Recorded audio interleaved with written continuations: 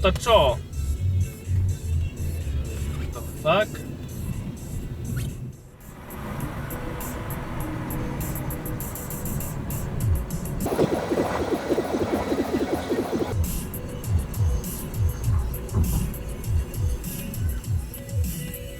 No tak toto je akože...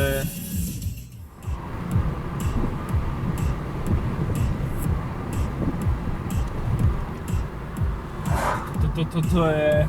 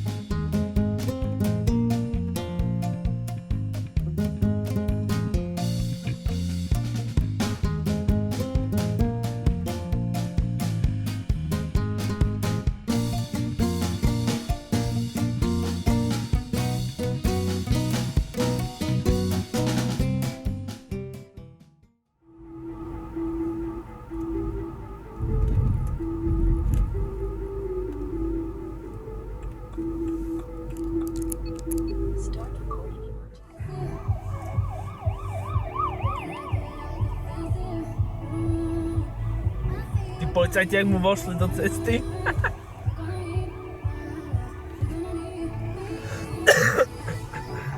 Pozor.